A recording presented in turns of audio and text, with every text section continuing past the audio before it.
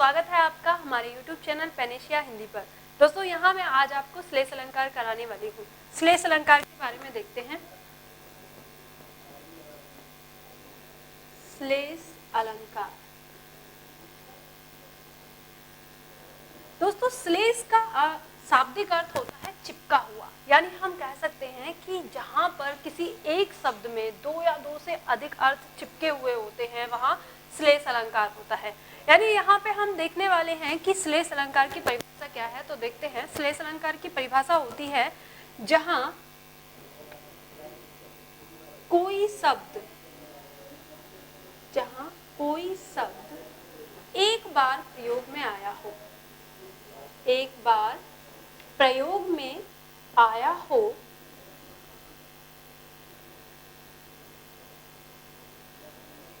किंतु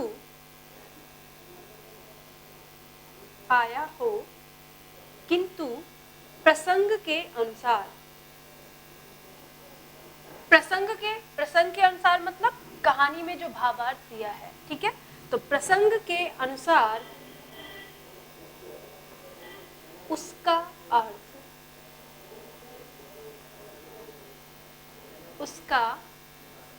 अर्थ दो या दो से अधिक हो।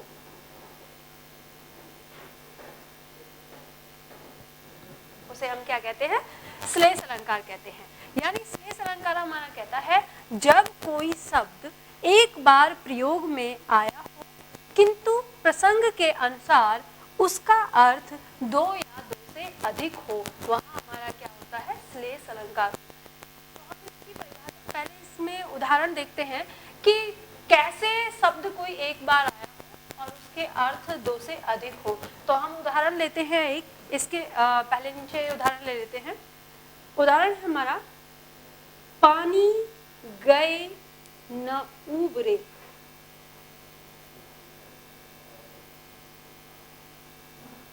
मोती मानुष चून। पानी गए न उबरे, मोती मानुष चून, ये उसका उदाहरण है। अब देखते हैं यहाँ पर जो एक शब्द आया है पानी, इस शब्द के यहाँ तीन अर्थ हैं। किसके आधार पर? एक मोती के परिप्रेक्ष्य में, एक मानुष के परिप्रेक्ष्य में और एक चून के परिप्रेक्ष्य में। तो यहाँ पर कहा है, ये दोहा आपका कुछ इस तरह से है कि रहीमन पानी राखिए बिन पानी सब सून, पानी गए न उबरे मोती मानुष चून। तो कवि कहता है कि हे प्रभु, पानी को बनाए रखना, क्योंकि बिना पानी के सब सूना हो जाएगा। अगर पानी नहीं रहा यानी पानी चला गया तो कोई उभर नहीं सकता। कौन नहीं उभर सकता? मोती, मानुष और चून, यानी उद्धार नहीं, उनका कोई काम नहीं हो सकता, काम नहीं आ सकता। तो कहा है कि यदि पानी चला जाए तो मोती किसी काम नहीं आ सकता। तो पानी चला जाए तो मोती कैसे काम नहीं आएगा? इसका मतलब पानी का पहला अर्थ हो जाता है चमक। यदि चमक चली जाए तो मोती किसी काम का नहीं होता। उसी तरह से अब देखा जाएगा कि पानी चला गया तो मनुष्य, मानुष मतलब मनुष्य, मनुष्य किसी काम में नहीं रहता। तो अब यहाँ पे देखा है तो पानी का दूसरा अर्थ हो सकता है यहाँ पर सम्मान। यदि किसी मनुष्य का सम्मान चला जाए तो वो मृत के समान होता है, वो नहीं उभर सकता। अब यहाँ पे देखते हैं हम तीसरा है चून। चूना पत्थर होता है, आप उससे इसका अर्थ लगा सकते हैं, या चून का मतलब जो आटा होता है उससे भी लगा सकते हैं। दोनों में एक ही भाव निकलेगा। पानी का मतलब तीसरा हो जाएगा यहाँ पर जल से। जैसे जब आप चूना जो होता है उसे आप तैयार करने लगते हैं, जब तक उसमें पानी नहीं डाला जाएगा तब तक वो चूना जो पेंट करते हैं उसके लिए तैयार नहीं होता। या हम अगर आटा से लेते हैं तो आटा भी बिना जल के किसी काम का नहीं होता। तो यानी यहाँ पर जो कवि ने कहा है कि पानी गए न उबरे मोती मानुष चून, तो यहाँ पर ये तीन अर्थ निकले हैं इस पानी शब्द के। तो इस पंक्ति में हमारा श्लेष अलंकार होता है। अभी ये हमने देखा, इसके बाद देखते हैं दूसरा एग्जाम्पल। देखते हैं, यहाँ पर हमने दूसरा उदाहरण लिया है उदाहरण है, जो रहीम गति दीपक की कुल कपूत की सोए, बारे उजियारे करे बड़े अंधेरों होए। इस पंक्ति में हमारे दो शब्द हैं, एक शब्द है बारे और एक शब्द है बड़े। इन दोनों शब्द के दो अलग अलग अर्थ हैं। कैसे? जैसे इसमें आया है जो रहीम गति दीपक की, यानी कवि कहता है कि जो गति मतलब दशा एक दीपक की होती है, वैसी ही दशा किसी कुल के लिए उसके कपूत के होने पर होती है। किस तरह से? जैसे कहा है कि बारे उजियारे करे। बारे का एक पहला अर्थ आता है, दीपक के परिप्रेक्ष्य में अर्थ आता है जलाना, यानी अगर उसको जलाया, अगर दीपक को जलाया जाता है तो क्या करता है? उजाला करता है। और बड़े अंधेरों होए, तो बड़े का पहला अर्थ है अगर बुझा दिया जाए, यानी बुझाना। यदि दीपक को बुझा दिया जाए तो क्या हो जाता है? अंधेरा हो जाता है। वैसे ही इस कपूत के परिप्रेक्ष्य में इसका दूसरा अर्थ आता है उत्पन्न होना। उत्पन्न होना यानी जैसे किसी कुल में कोई कुपुत्र उत्पन्न होता है, पैदा होता है, यानी उत्पन्न होना या पैदा होना, तो उजाला करता है। क्योंकि जब कोई बच्चा पैदा होता है तो नहीं पता होता कि ये सपूत है या कपूत है, तो वो घर में क्या करता है? उजाला करता है, खुशियां लेकर आता है। फिर उसके बाद बड़े अंधेरों होए, बड़े मतलब दूसरा अर्थ आ जाएगा बड़ा होना। जब बड़ा होता है, धीरे धीरे बड़ा होता है और उसके कुकर्म कुल पर दाग लगाते हैं, तो कुल के लिए क्या होता है? अंधेरा होता है, यानी इस पे कलंक लगता है, दाग लगता है।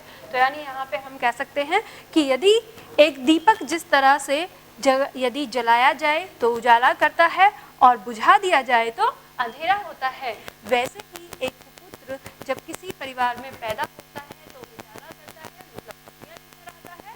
और यदि वो बड़ा होता है और उसके जब कुकर्म सामने आते हैं तो वो परिवार में अंधेरा कर देता है, ले आता है। तो यहाँ पर भी आपका क्या है? श्लेष अलंकार है। एक शब्द के दो अर्थ दिए हुए हैं, यहाँ भी आपका श्लेष अलंकार है। देखते हैं नेक्स्ट उदाहरण।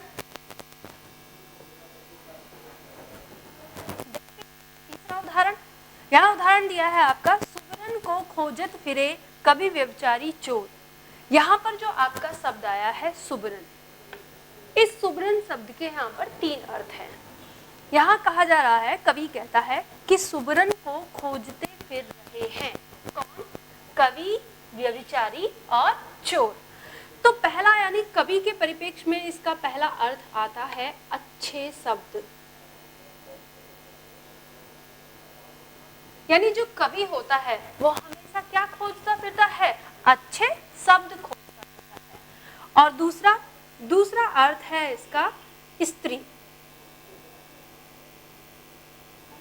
व्यभिचारी, व्यभिचारी कहते हैं ऐसा पुरुष जो स्त्री की कामना करता हो, उसे व्यभिचारी कहा जाता है। तो यानी जो व्यभिचारी होता है वो स्त्री को खोजता फिरता है। और इसके बाद आता है चोर। तीसरा परिप्रेक्ष्य यानी चोर के परिप्रेक्ष्य में सुबरन का अर्थ हो जाता है सोना, यानी जो चोर होता है वो धन की कामना करता है और धन में सोना भी आता है।